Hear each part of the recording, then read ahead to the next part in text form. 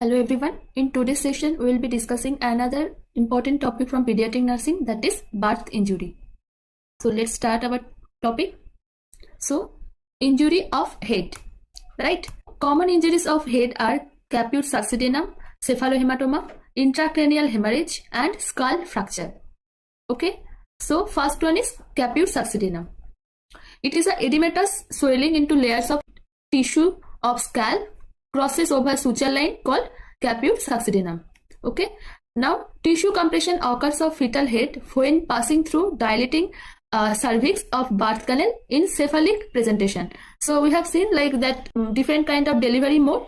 So when that fetal head is at last stage, right, after crowning, when fetal head is coming out, in OBG class also we will discuss these points.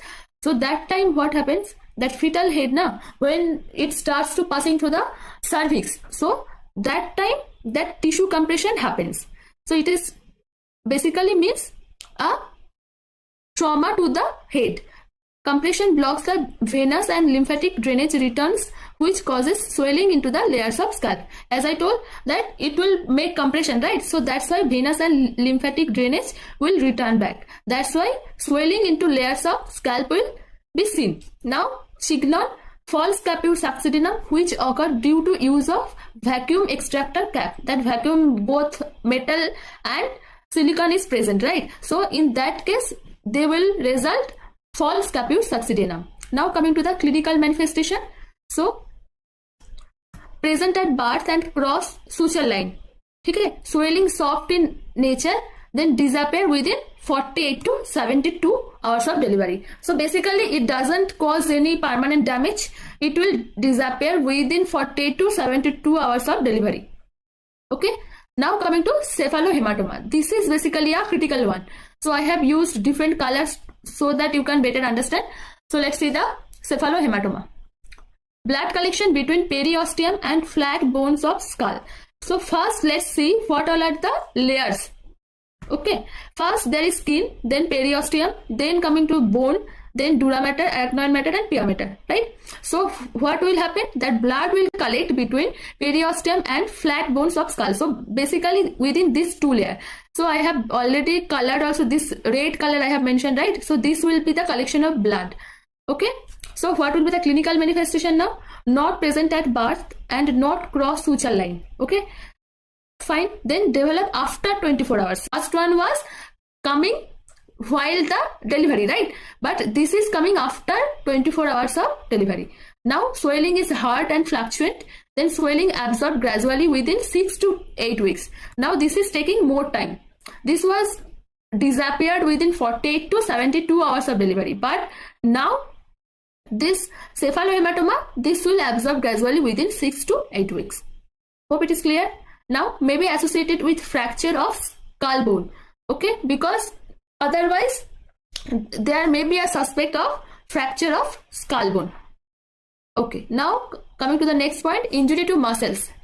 Sternomastoid hematoma, wry neck or stiff neck. Okay, so what is that? Is a common problem caused by injury of sternomastoid muscles due to difficult breech delivery. Okay, now basically first was because of difficult vaginal delivery. Now it's coming to vaginal delivery, and that was a cephalic version, but here it is breech delivery. Okay, so shoulder dystocia and excess lateral flexion of neck in normal delivery. Rupture of blood vessel along muscles fiber cause hematoma. So here basically muscle is rupturing. Now swelling disappears after 6 months. This is taking more time than cephalohematoma also. So this will dissolve by 6 months. Now nerve trauma. Okay, what is nerve trauma? Now facial palsy or Bell's palsy. Unilateral facial paralysis of sudden onset due to injury of facial nerve, that is 7th cranial nerve. Okay, injury may be caused by direct pressure of forceps blade or due to edema and hemorrhage around the nerve. Okay, so facial palsy or Bell's palsy we will be studying in nervous system as well. But first here you listen that this is basically a 7th cranial nerve, and damage to this facial nerve will lead to Bell's palsy. Now what will be the cause? Because it will be maybe it is because of direct pressure of forceps blade or due to edema and hemorrhage around the nerve. Now clinical manifestation: facial asymmetry, So both side will be different. Then opened eyelid of affected side. Now whichever side will be affected, that side eyes will be opened. Now next is absent of rooting reflex on affected side.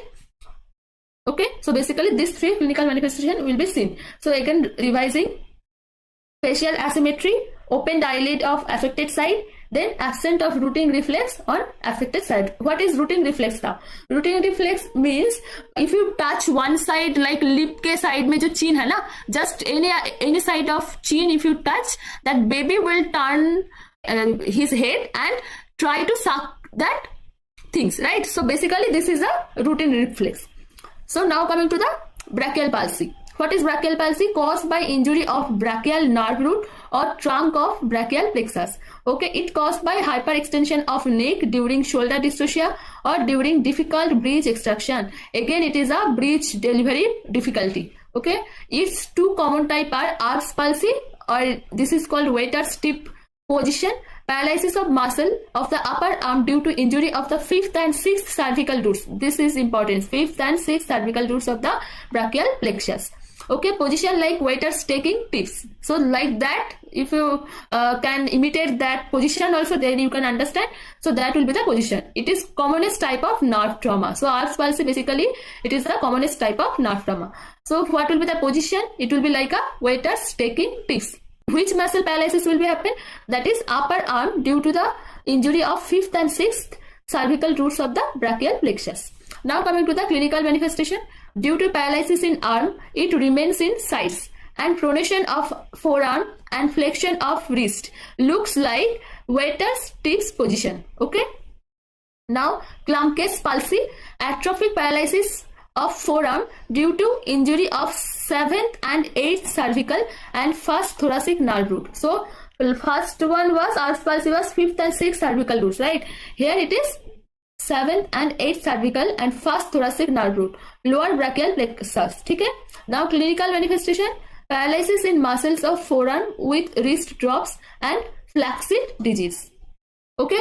Then what is Klumpke's palsy? Let's revise it again. Atrophic paralysis of forearm due to injury of 7th and 8th cervical and 1st thoracic nerve root, lower brachial plexus. Okay. Hope it is clear to all of you. Then it is coming to clinical manifestation, that is paralysis in muscles of forearm with wrist drops and flaccid disease. So that's all about our birth injury from pediatric nursing. See you in next video. Thank you.